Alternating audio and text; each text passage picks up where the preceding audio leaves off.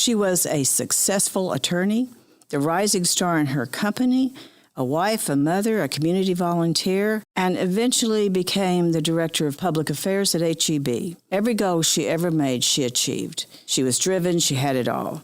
Nobody knew about the addiction that threatened to cut her life short. During this episode, you'll hear about Lisa's struggles, her recovery, and the nonprofit organization she founded that changed the food system in schools all over the United States. You'll also hear how she's changing the lives of women here at The Rose by supporting our patient navigation program. Let's talk about your breast. A different kind of podcast presented to you by The Rose, a breast center of excellence and a Texas treasure. You're going to hear frank discussions about tough topics, and you're going to learn why knowing about your breast could save your life. Join us as we hear another story and we answer those tough questions that you may have.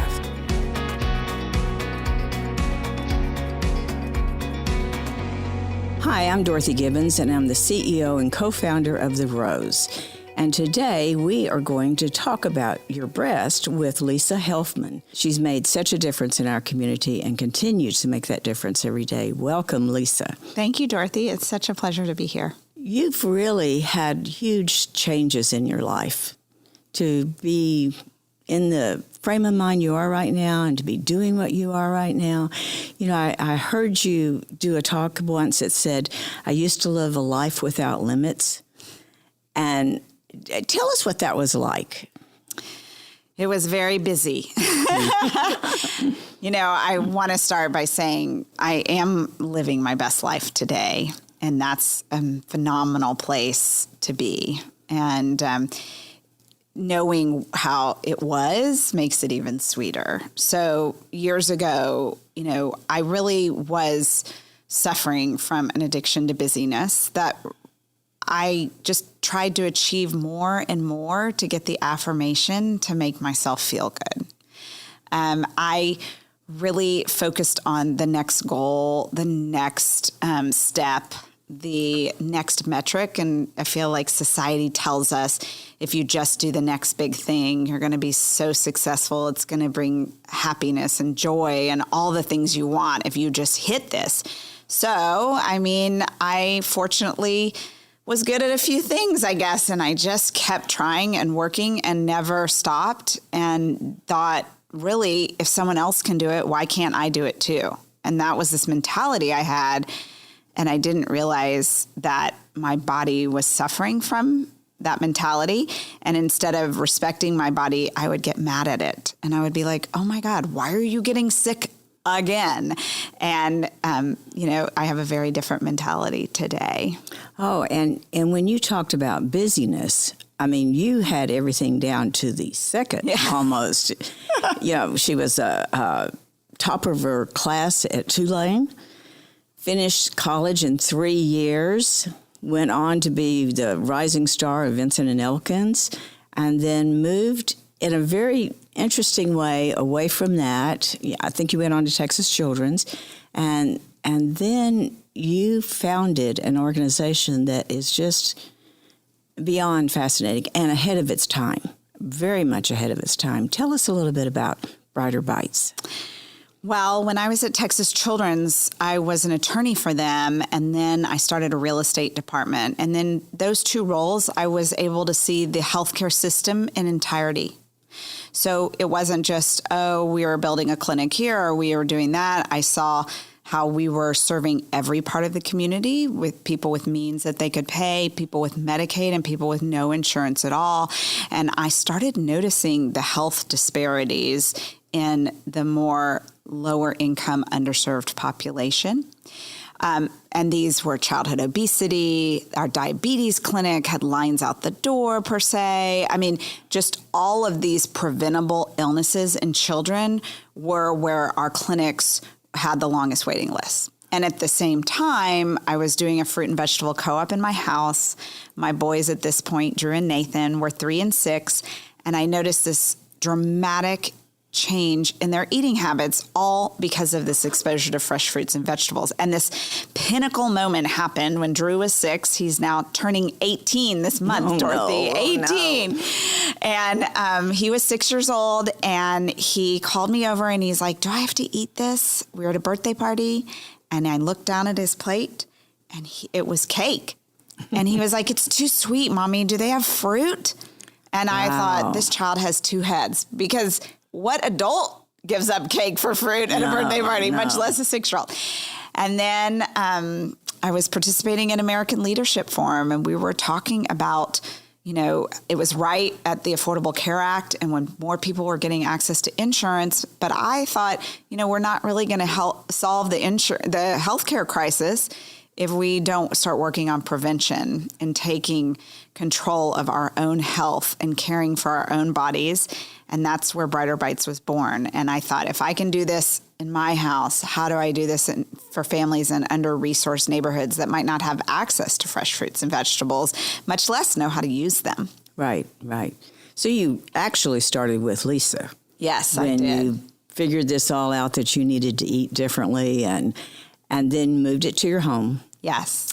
And now out into the community. What did that take to really, you're now in everywhere. Not everywhere, but 10 cities across the country. 10 cities, that's pretty great. Really impacting the core issue of what goes on in health disparities, and that is what we eat. Yes. So how did you move it from that American Leadership Forum, which, by the way, as an old fellow too, I think that's one of the most needed organizations our city could ever have. And every class you hear about these wonderful things that came up.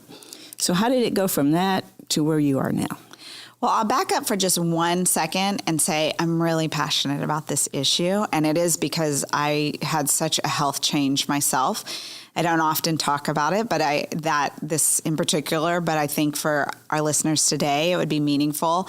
I had very serious stomach issues, irritable bowel syndrome, if I can talk about that. I had 5 sinus infections a year, horrible seasonal allergies. I added more fruits and vegetables into my diet and realized dairy was a culprit for me. So I removed that, and I never got sick again. Never. I've never had another sinus infection. It's been 12 years. I think actually longer. It's been 13 years now. And I don't even know when allergy season is because I never even get a stuffy nose. Lisa, that's amazing. I know. Every day we come into work, someone's saying, it's all those allergies out there. That is amazing. And it was just the change in your diet. You're convinced of that. Oh, because I did nothing else. I was already exercising. I was leading what everybody else would say a healthy life. I was thin. It wasn't like even a weight issue. But I was putting things in my body, a lot of processed food to stay thin, diet soda, and then dairy was, everybody's body reacts differently to different things. But for me, that was it. And then when you give yourself the good stuff, you kind of crowd out the bad. So eating berries every morning for breakfast, Swiss chard in the evening, things like that. It just, all the nutrients added up, and my health just got better. I won't say I've never gotten a stomach flip bug or anything like that. I did get COVID, but I've never had any kind of upper respiratory allergy, sinus, never again. And my stomach is really healthy as well. So with that kind of passion that food can make that kind of difference in your life, I was on a mission to help everybody else see how it could affect them too. So I actually came up with the idea for Brighter Bites sitting at a Texans game with Drew and Nathan's dad. And I thought, if I can do this in our house, how do we do this in these other neighborhoods? I went back to my ALF class. I pitched the idea while we were on the mountain in Colorado. I thought everybody's going to think I am insane, but I don't care. And they said, you know what, let us introduce you to some people in the community. So first person I called actually on my own was the founder of the KIPP schools. And I had been their bond lawyer back at Vincent Elkins. I said, I have this crazy idea. Will you let me pilot it at KIPP? And they said, yes, come on. And I thought, oh my God, I don't have any produce and I don't have any nutrition education, because that was the formula I came up with. Produce distribution, so create a co-op in every school that we were in, nutrition education for both the kids and the families, and then a fun food experience, kind of like you'd find at your favorite H-E-B. I wasn't working there, but I was still a big fan. And we do a food sample, and so the parents and the kids would get to taste something made out of fresh produce and see that it actually tasted good. So I called him, and he was like, oh, you'll figure it out, and we'll give you a school next year. Just come back to me. And I was like, what? Figure it out? I don't even understand what you're... Okay, I better get on this. So then next, someone from my class introduced me to Brian Green, the head of the Houston Food Bank, who is a prince of a guy and a visionary. And I was so naive back then, Dorothy. He said, we'll be your produce distributor. And I said, you have fresh food at the food bank? And he was like, oh my God, Lisa, have you never walked around the food bank? And I said, well, I volunteered, but I always packed up cans. I didn't know. So he walked me through the warehouse, all the cold storage, and my mind was blown. And I said, well, who do you want me to work with on your team? And he said, I will take this on personally with you. So he has mentored me the last 11 years, every step of the way. And from there, I was introduced to Dr. Srila Sharma at University of Texas School of Public Health. She's an epidemiologist there, and now also the new director for their Center of Equity, Health Equity. And she's focused on childhood obesity. And she said, great, I have the nutrition education you're looking for, and I have researchers to study this, because I knew enough to be dangerous that if we didn't have any data on what we were doing, it would be hard to get funding. And then I wasn't going to get paid to do this. So if it didn't work, I didn't want to do it.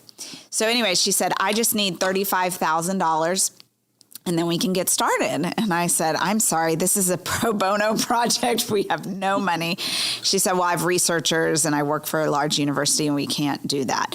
So, I went back to Texas Children's and they said, you know what, Blue Cross Blue Shield has Healthy Kids, Healthy Families grant. Why don't you talk to them?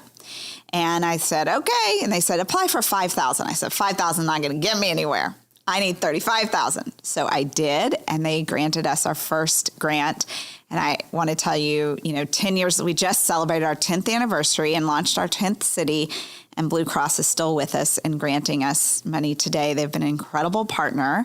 And so that's how we started. And we started with one KIPP school on the east end of downtown Houston, KIPP Explore, with 2 third grade and fourth grade classes.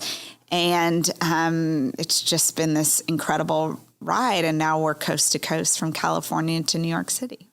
Congratulations. Thank you. That is great. But what a story. You really got community involved with this. I mean, I'm just fascinated. It took Brian, it took the school, it took Blue Cross Blue Shield, all of that coming together for this one purpose. That is really such a lesson. If we really want to do something in the community, we've got to have community. Yes, I think you have to meet people where they're at. That's always been my theme of this organization, is meet people where they're at, treat them in a dignified way. But I also didn't want to reinvent the wheel. I knew there was a lot of resources out there. They just weren't being brought together to achieve the results that we wanted. And I wasn't going to raise money to build a warehouse, buy trucks, find produce everywhere. We've sent out over 50 million pounds of produce. And to do that without a distribution, group of, now we have them in every city, of course, and we don't just have food banks, but we have food service distributors, we have grocery stores, we have the large farms that directly donate to us now. I mean, we are very ingrained in the produce industry itself, but it takes a lot to move food around the country. Oh, absolutely. Yes. What a great story. I also approached it not knowing anything. And I have a funny story. So Sysco Foods read an article in the Houston Chronicle, actually, that Brian wrote about Brighter Bites years ago. And the head of produce for Sysco Foods cold called us and said, I want to know more about this. What are you doing? So I went and met with him and I said, right now I just got a big federal grant. This was years ago. My team would kill me for saying this out loud. I said, we don't need money today. What I need today, we do need money today, by the way, in 2023. But what I do need today, years ago, was I need to learn the produce industry. I need you to explain to me how product moves, because the food banks get a lot of product, but they get a lot of what we call the hard seven. So carrots, onions, potatoes, bananas.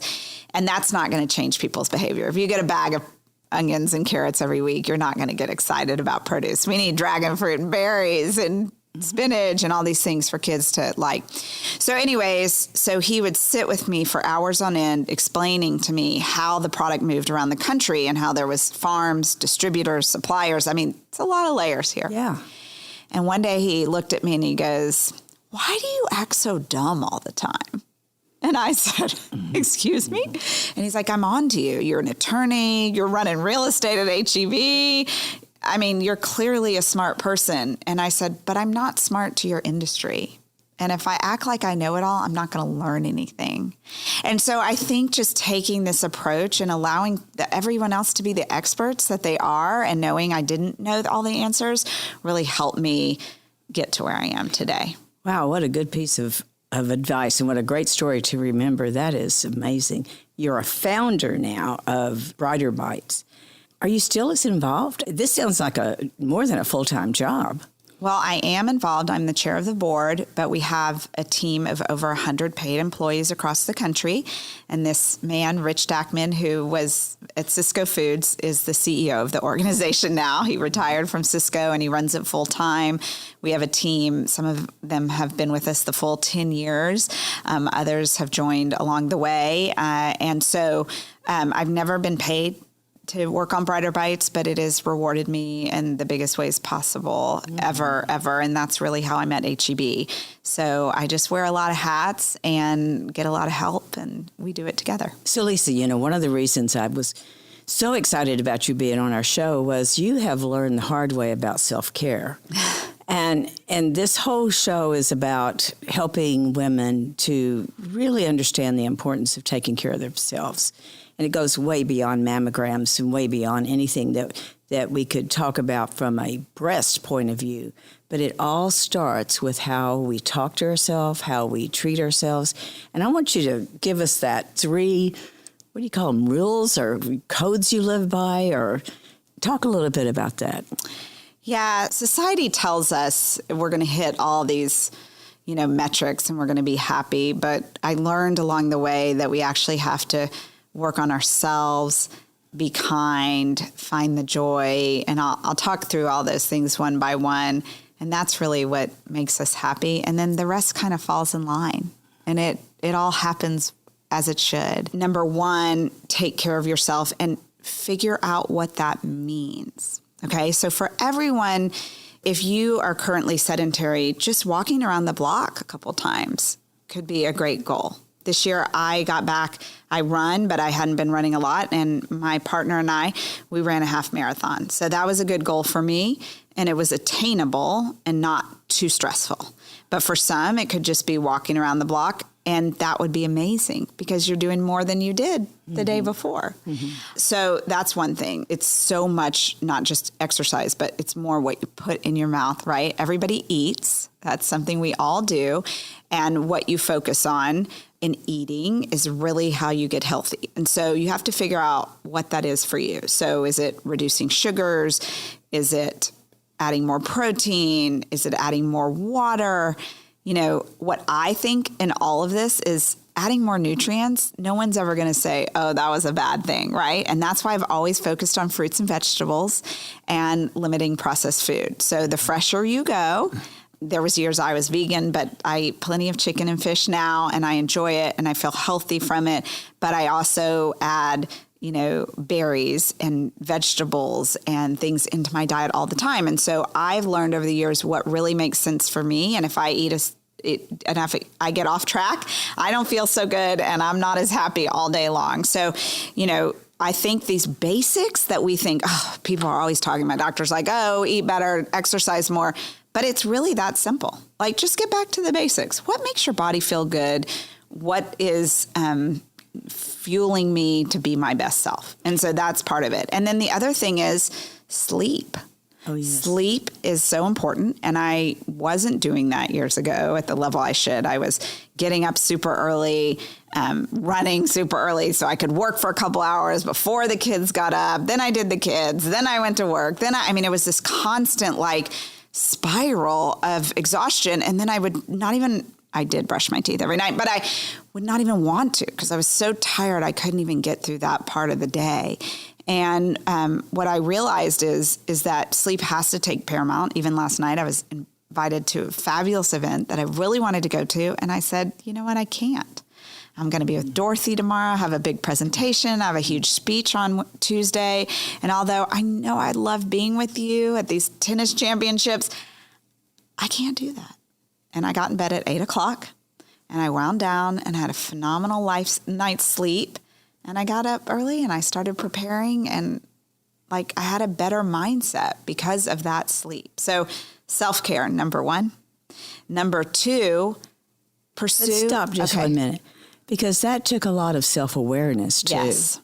I'm just so fascinated with how you found all this out on your own. But you decided to let yourself talk. That is so encouraging. Anybody can do that. Anybody can do that. And whatever we can do, we can do. If you can do it, just do it. That is just, and you're making it sound like anyone could attain it. So that's what's exciting about it. And I guess I should add for those who don't really know me is that I'm 47 now. And when I was in my mid-20s and started working at Vincent Elkins after a history of this, I really was throwing up in the bathroom on a regular basis from stress. I was having steroids all the time for these sinus infections because, I didn't have time to get sick, so much less get well. So I was like, how can you get me well the fastest? How can I move through this? What can I do? And so I was pretty much at rock bottom at that point, right?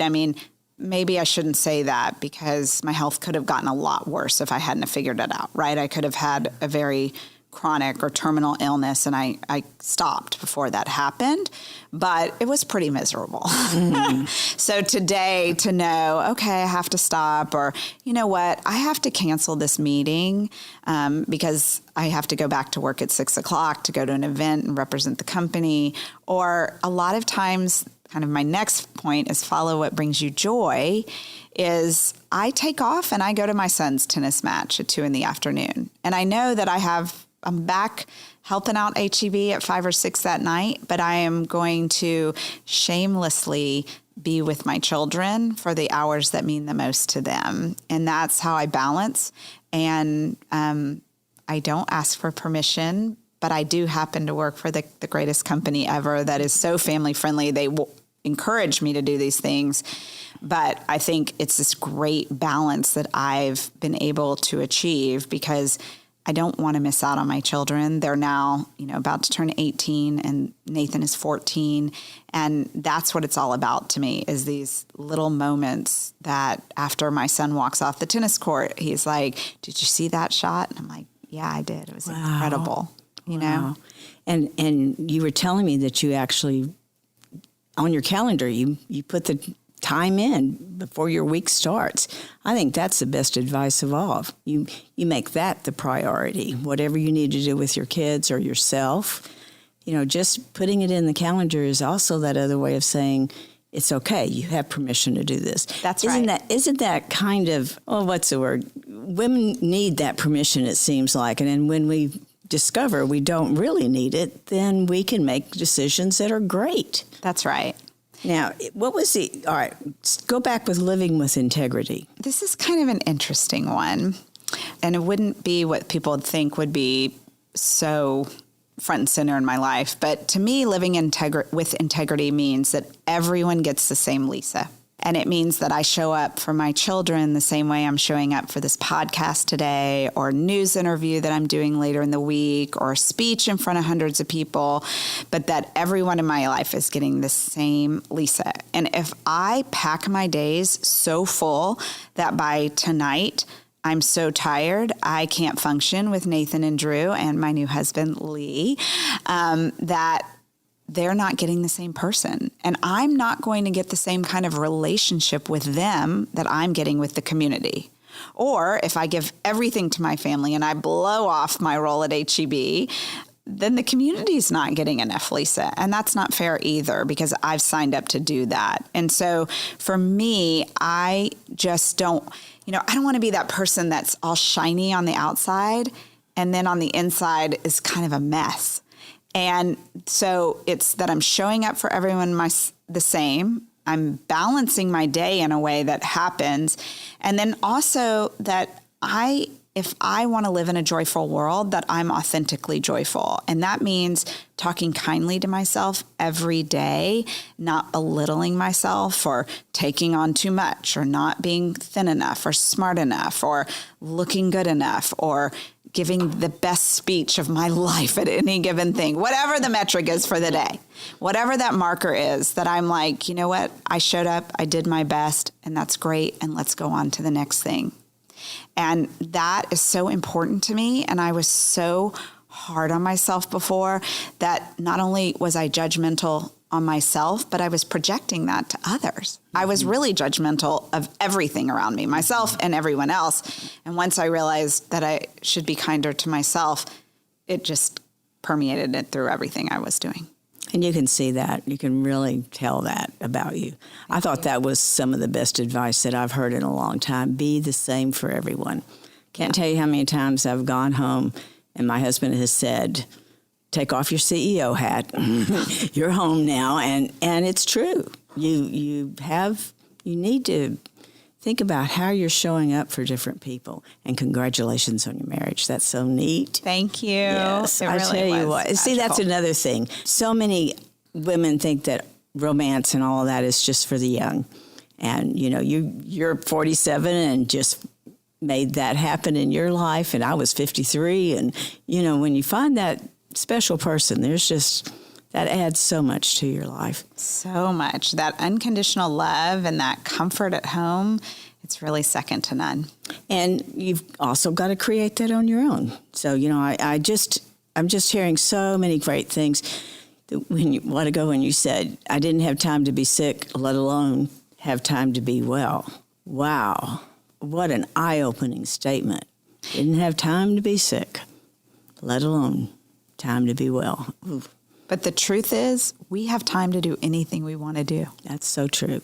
That is. And I think we get caught up in this hamster wheel of life where we think we have to be here, we have to be there, we have to get this done and this done and this done.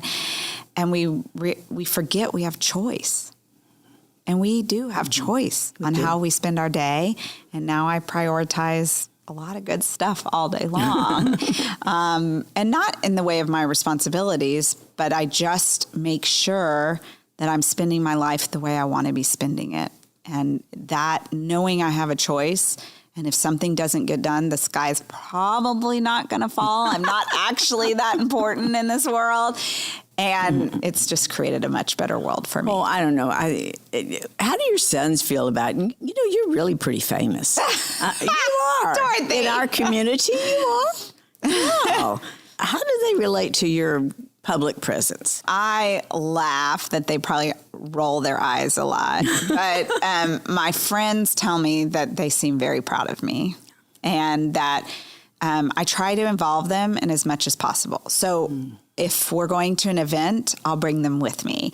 If we have an opportunity to show up together at a parade, or the other day, I had a news interview for our new Astro's ice cream. It's quite delicious, by the way. In moderation, you can still have ice cream. I mean, it really isn't good for me, but I did take a taste and it's delicious. And I had to do a news interview, and the guy said, we have to do it Tuesday or Wednesday. And I said, I have a 30-minute block after I pick up Nathan from school. I can do it in the store near his school if y'all are open to that. And they were. And so Nathan came with me to HEB, and he got a snack, and he sat in the conference room, and we did the thing. And then we went home together, and we talked about it, and we laughed about it. And he met the reporter, and we had a great time. And so I think that they know who I am. They know what I do. They know me at the core. And so to be able, they ride in the Thanksgiving Day parade, they come to events when I think there's meaningful speakers or when it's just someone they like Drew Brees. And I know I'm going to be cool for them getting to meet him. Yes. But the truth is, it's all one life to me. I no longer compartmentalize it. And so I think by them understanding, again, the real me and who I am and giving them enough time, that it matters, and I show up for them, and so they show up for me. So this addiction to busyness that you had, that is so current and common especially as you're coming up in your career. So you were able to get rid of that. And I think one of the things you said was how we're rewarded for busyness. That's right. Society tells us that we are rewarded with the next pay raise or the next promotion or a new car, new house. And after you get those, it doesn't really change your life. You just kind of live into them and you keep going. But that joyful moment of that hug with your child or, a magical week that we just had in Mexico City as a family after we got married, all those things I will actually never forget. Right. And it's figuring out actually where the reward is. And maybe as a society, we're a little off base and we should focus on other things. And I can't tell you as a listener or Dorothy, what are those things that bring you joy? But I spent a lot of time just actually figuring out physically when I felt joyful. I know that sounds kind of crazy, but I thought they came at the big moments. But during COVID, I remember watching a TV show with my son and him just leaning over and putting his head on my shoulder. Aww. And it was so special. Or singing me a preview of his solo at school or watching him in his tennis match. Things that aren't that big of a deal. They're just everyday activities, but they were that connection that brought me joy. And those are the things that we feel. Yes. More than we think. We feel them. And I was thinking earlier about how I go through Brennan a lot, and I love stopping at that H-E-B. What is it about H-E-B that when you go in, you feel different? I think we put people first every step of the way. We take care of, we call our employees partners because that's how we all feel. We walk in, we're like, hi, partner. And it's from the top all the way to the parking lot attendant. From Charles Butt to people working there in high school just to, get some extra spending money or even make ends meet. And we care about people in such a way. H-E-B is now opening primary care clinics that have nutritionists, that have physical therapists. And now if you're an employee of H-E-B, a partner, you can access mental health services inside or outside of network for just $15, no matter who the provider is. We just really care about people in hopes that they're going to care about our customers, their community, and just create a more positive, kind, and joyful environment. So I'm happy to hear that you're feeling that firsthand, because that's who we want to be, and I'm glad we're showing up that way. And of course, H-E-B has helped us so much with our patient navigation program. And I think I was fascinated the first time you ever came to visit us here at the Rose. You understood the whole idea of a person having a patient navigator and needing that navigator during a serious illness. And I will tell you, H-E-B was the first to fund that program. And, every year I go, I want that program fully funded. There's got to be a way. And, y'all just set the bar. Y'all set the pace. It's great to have that kind of true community support. Well, we're a huge fan of what you do, Dorothy. And I'm not just saying that because we're on the podcast, but you're literally helping level up the healthcare playing field for everyone. And no one should be without services just because of their zip code. And you make sure that happens. And just like I didn't know the produce industry, how can someone know what it takes to go through the world of cancer without experts? Mm-hmm. And you're providing that, and you're doing it in a warm, kind way where it's approachable and people understand it. And so we're a fan for life, Dorothy. We believe in what you're doing. Thank you. Thank you so much. That means a lot to us. One last word about how you speak to yourself. I just try and speak kindly. And guess what? I mess up every once in a while. And the mean thoughts do come back. but I catch myself pretty quickly. And then I'm like, nope, not going there today. Today, I am choosing to focus on the gratitude that is my life, the joy, how grateful I am that I have these beautiful children, this amazing husband, this incredible job where I literally get paid to help people every day. Yes, and that ability to say, I'm not going to criticize myself today, just for today, just for the next today. hour. Right. Yeah. Let's just put that, not today. Thank you, not today. And it resets me every time. Well, I tell you what, you've made our day just wonderful. I can't wait for all of my employees to hear this. You know, I have a lot of women. Yes. I have a lot of women that are of a certain age that they really are tired at times. And I know that what you're saying is going to really speak to them. Thank you so much for caring. Thank you for sharing all of this. And we hope to have you back soon. I would love it. Thanks, Dorothy. Keep doing what you're doing too. Oh, you're a thank great you. benefit to society. Thank you for joining us today on Let's Talk About Your Breasts. This podcast is produced by Freddie Cruz, Creative Works, and brought to you by The Rose. Visit therose.org to learn more about our organization. Subscribe to our podcast, share episodes with friends, and join the conversation on social media using hashtag Let's Talk About Your Breasts. We welcome your feedback and suggestions. Consider supporting The Rose. Your gift can make the difference to a person in need. And remember, self-care is not selfish, it's essential.